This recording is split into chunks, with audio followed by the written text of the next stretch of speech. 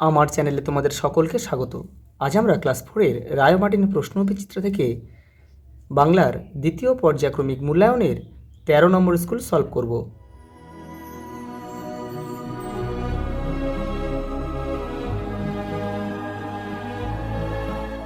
দেখো প্রথম প্রশ্ন। দেখো, আমার চোখের দৃষ্টি দেখে বুঝতে চাই আমি কে।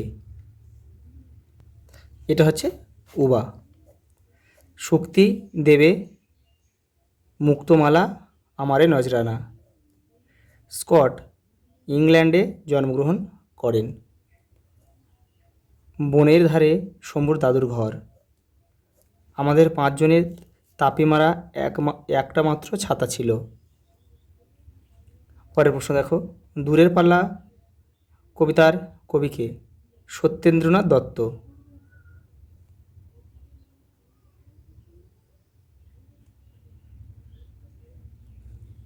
এই কবিতায় কজন মাল্লার কথা বলা হয়েছে?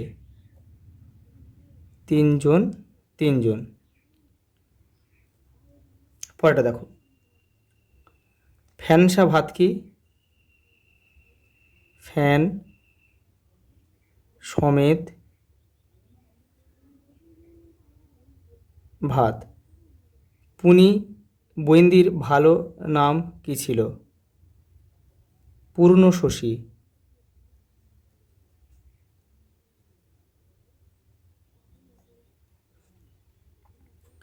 শম্ভু দাদুর জন্য কি আনতে গিয়েছিল?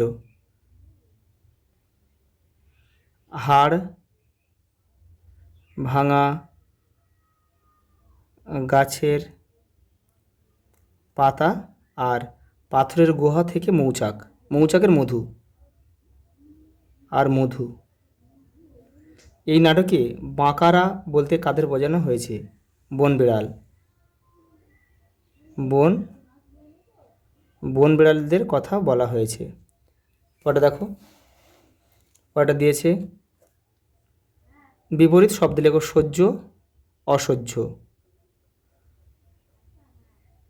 ধীর অধীর।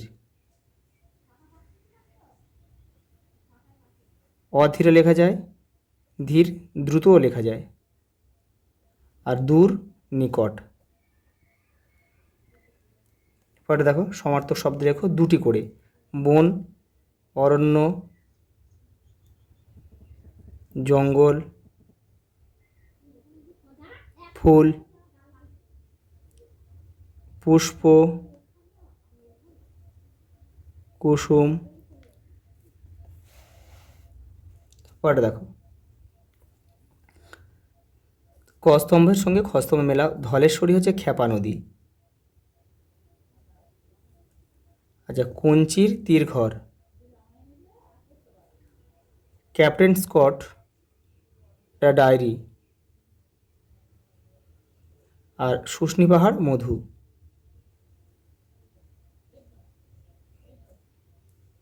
পরেটা দেখো, আমি সাগর পাড়ি দেব কবিতাটি কবির নাম সহ প্রথম 6 লাইন মুখস্থ লেখো। এটা তোমাদের বই থেকে তোমরা করে নেবে। উদ্দেশ্য বিধেয় বাড়িয়ে বাক্যটি লেখো। দেখো, এখানে হচ্ছে বাবা লিখছে, এখানে বলছে বাড়ি লিখতে হবে। তাহলে আমরা এটা লিখতে পারি, বাবা চিঠি লিখছে। এখানে দেখো উদ্দেশ্য কি? উদ্দেশ্য হচ্ছে বাবা, আর